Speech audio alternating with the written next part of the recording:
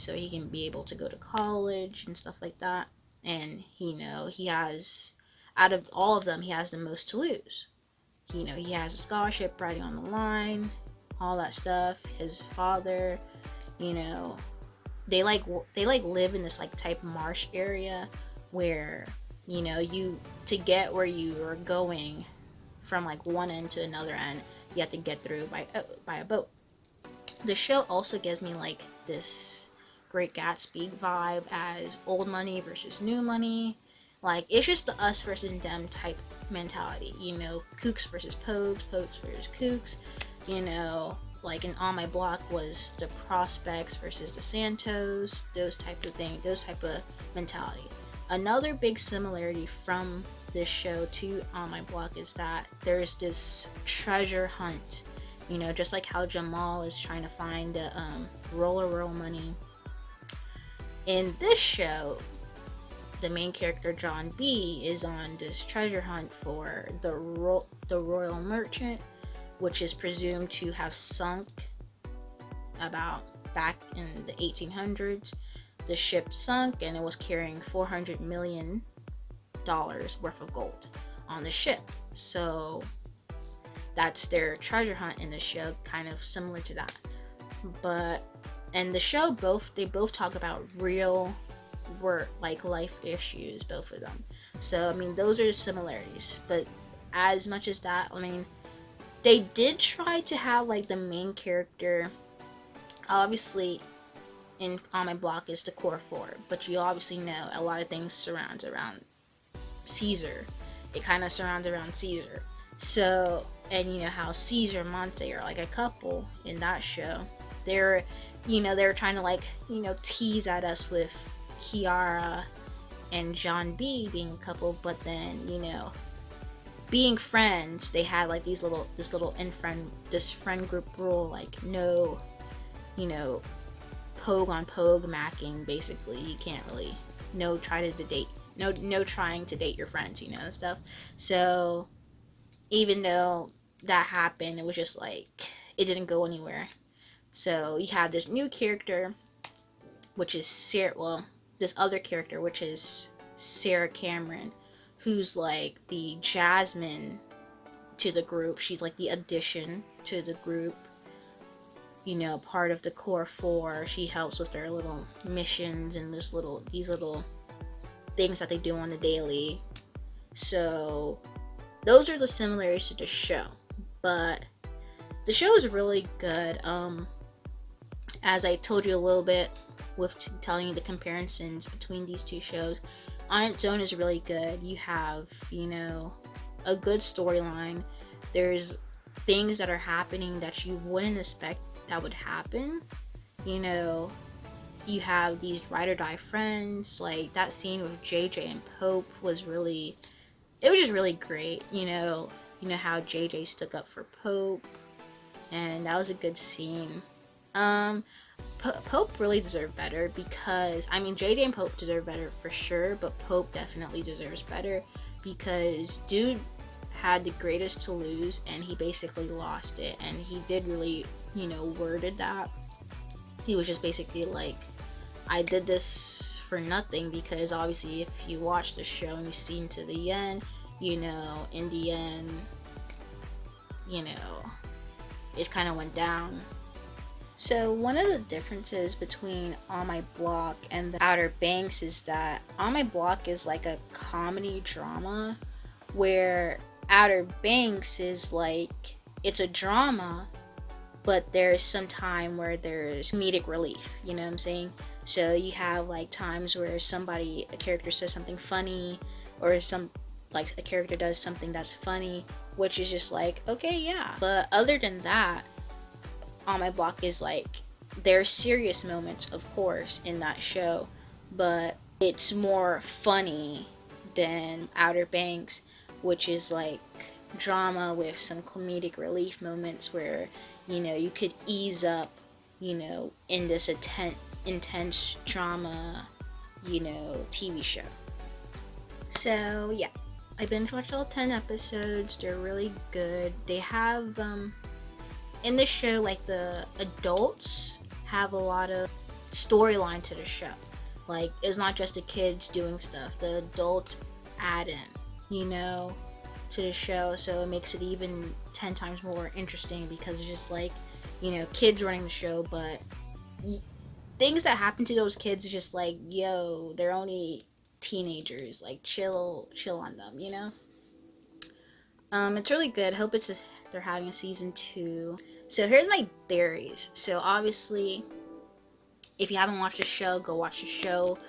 But now it's time for my theories. So my theories are, for one, everyone's like kind of speculating the JJ and Kiara type relationship. It's like everyone's like talking about like that's a ship that's not even written in the show, but it can happen if they get a season 2, which is, you know. But that means like they need someone for Pope, because you can't just leave Pope hanging. Like, give Pope a character, somebody.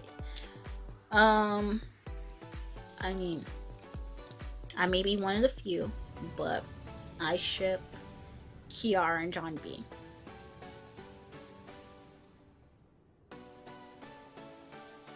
I said it. I ship Kiara and John B. But I mean, JJ and Kiara could be something too, and I'll be there for it too.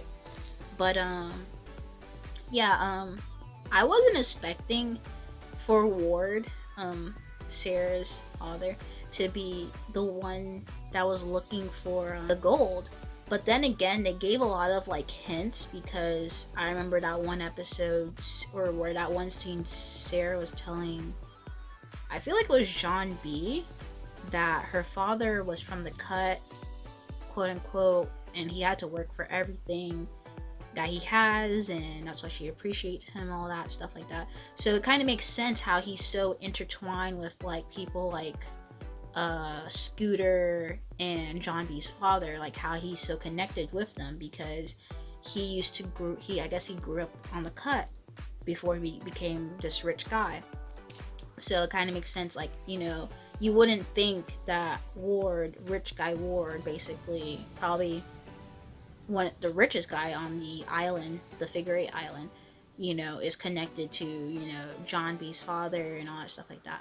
I feel like for John B's father to die, I don't know if John B's fathers are really dead, because there's still, I mean, all you got was his glasses, so we still don't know if he's truly dead. You know, because all they showed was that was the last thing he wrote before he died. Like, who did they find the body? Because obviously Ward thought as soon as he, you know, threw him over the boat, he was gonna die. But it was just kind of messed up, you know, that what Rafe did to, you know, Peterkin. Because I'm just like, I was not expecting him to come out of nowhere and shoot Peterkin like that, and just, I thought she was gonna make it when they like rushed her to the hospital, and like I thought she was gonna make it, but when they came out and was like, oh, she's dead, I was just like, oh wow, that's kind of messed up. And then they pinned it on John B, and it was just like John B about to report that, you know, Rafe was the one who, you know, shot the sheriff, and then they're like, nope, John B. Oh, we're looking for this 16-year-old. So they're on the run from the police. And that was just, well, that was crazy. I also have something about Wheezy, Sarah Cameron's sister. I know she's a young girl, teenager, whatever, but she irked me, because she's the reason why John B is in his predicament to begin with. She's the one who told Topper about Sarah keeping the secret from her father and stuff like that. Basically the reason why John B lost his job in the first place. Second of all, she's the reason why John B has a concussion and a broken wrist. She's the one that told Topper where they were, and basically got Topper to go over there, and, you know, he was lucky to still be alive after that.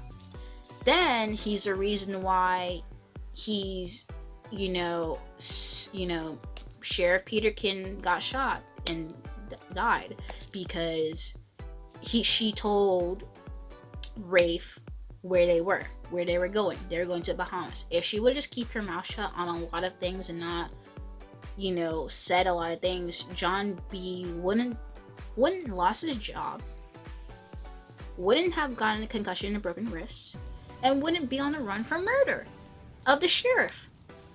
It's her fault. Like, I mean, Rafe talks about how Sarah has a big mouth, but you're looking at the wrong sister, son, because your younger sister, Wheezy, doing a little chit chat, you know what I'm saying? So I just feel like she was probably like the biggest antagonist, if you have to say anything. She's probably the biggest antagonist, the biggest thorn in John B's side, without anybody realizing she's the one who causes the mess for a lot of people.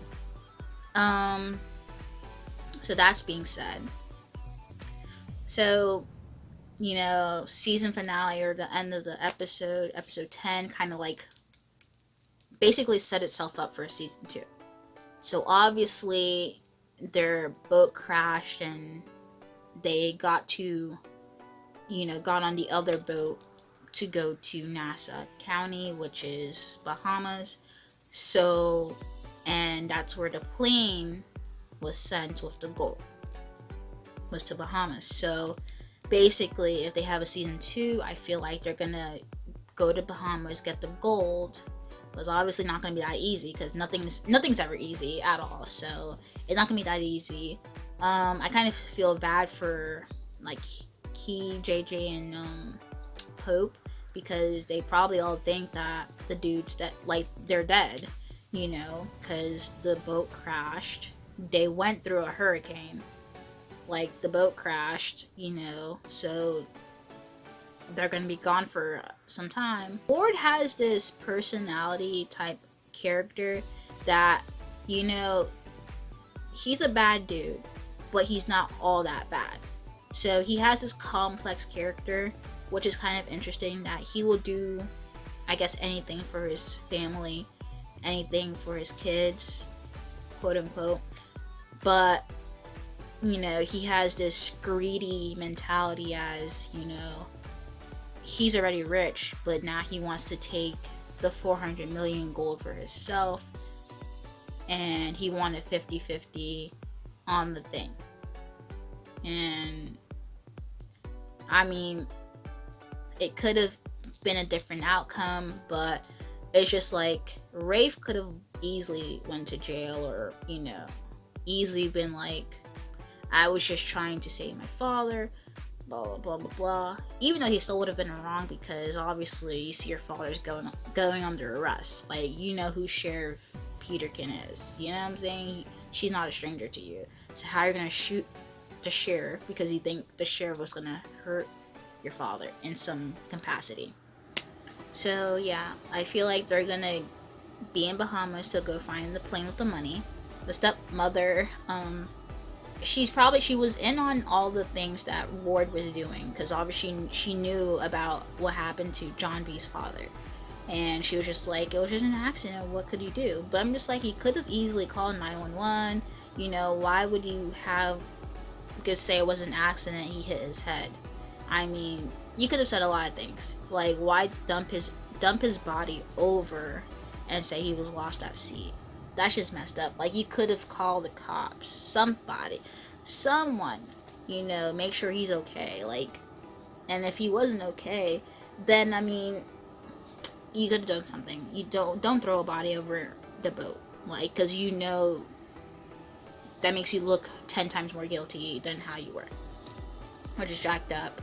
And then obviously he's also a big thing in why Peter can die, because before he called the cops or anything, he wasted time on the intercom and saying, oh, like, wasting time. So obviously she wouldn't be alive. So yeah, Peterkin's character, at first you would have thought that she was the bad person in the whole situation, but because she seemed a little suspect, but, you know, she truly was trying to look out for John B in the end, which is kind of sad that, you know, she died. Season 2 would pick back up where it ended with John B and Sarah going to the Bahamas to go find a gold. So it's probably going to be it's probably going to still be in the setting of summer. So, you know, they're not going to probably go back to school yet, because, you know, a lot of stuff just happened in like the first half of the summer, because it's like July. It's still July. So if they do pick back up where they ended with them going to the Bahamas, then it'll still be the summer. So I don't think they would do a flash forward. Wouldn't make any sense, because we want to understand, like, how did they get to the Bahamas? Did they go find the gold? All that stuff. In that the show, basically almost every episode ended on a cliffhanger. I feel like they'll pick back right up to continue what they ended. You know, I don't think they would do a flash forward into them doing something. The whole Rafe, Barry, and JJ situation, because JJ spent all the money, all the $25,000, so that's gone. Barry does not have $25,000. Barry's still on the lookout for John B and everybody. So the whole thing that he might have the bigger drug dealers come back for John B or come back for JJ, and, you know, the Pogues, and maybe might mess with JJ's father, if, you know, since he knows that JJ's father is a customer of his, you know, might use that to be like, oh, you still owe me $25K, so they might need to make a way to get $25K, depending on whether if John B and Sarah are back with finding the gold so they can pay off their debt. And I heard Pope was like, oh, see you in Mexico in 2 months. So with that being said, is it going to be 2 months until they see John B and Sarah? Are they going to be like living with thinking that their friend is dead? Like, we have no idea. So there's a lot of like loose ends, a lot of things that are just not wrapped up completely. So we can't wait for that to be shown. I'm kind of glad that in the end, Pope got his little payback to Rafe, you know, because you just felt like they were losing. They were just losing all the time, and they were always getting beat up. And you know, finally Pope, got his little 1-2 and, stay off the cut, on Rafe, which he high-key deserves.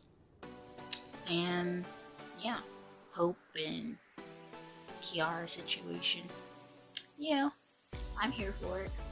People are here for the JJ and Jiara situation, which is fine. I'm here for that too. Old JJ and Jiara ship, they're gonna obviously make that a slow burn, because the original shipping was supposed to be between John B and Jiara, and John B and Sarah. And obviously in the end, like the triangle, and then in the end it was Jiara and Pope. So obviously it's not gonna be that quick of everybody like, oh, season 2 is Jada and Jiara. With Topper and Sarah, I don't think that's truly over. You know what I'm saying? Obviously you can see that Topper wants to do the right thing. In the end, he wants to do the right thing, and he really cares about Sarah. So that's still going to be in the mixture of Topper trying to get back on Sarah's good side, and maybe they might be together, end up together in the future. Who knows? And also this whole enemies to lover trope that they have, between Sarah and John B. Well, they kind of were enemies, but then they became, pretty cool, like in a span of like 2 episodes, and then they're like, yeah, that's my girl. I'm just like, are you okay? I feel like something's bound to change, or something's gonna like just change. Like a lot of TV shows, you think that's the end game, and then something happens, and then it changes the whole dynamic of the show, which I feel like that's gonna happen in the future. In later seasons, they have a view of having the show be up to 5 seasons max. So 4 seasons, 10 episodes apiece, 40 episodes later, who knows what might happen in the future with the show. If they even make it to those 40 episodes later. So a lot of things can happen. So I really hope it's a season 2 so they can, be victorious in the end, because it kind of seems like they lost the battle, kind of. And I mean, in the end, kind of like speculate that, they're going to Bahamas where the gold is. So they might be victorious in season 2. Hopefully it gets renewed. But it just doesn't seem right. So that's what I gotta say about the show. If you have your theories, your comments, if you watch the show, comment down below what's your theories, your comments, your concerns about it.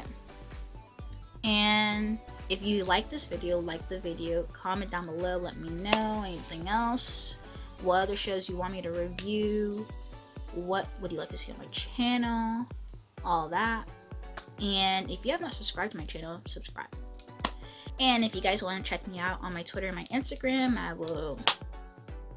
it's down in the description below, or I'll put it right up here somewhere. So anyway, thank you guys for watching. Peace.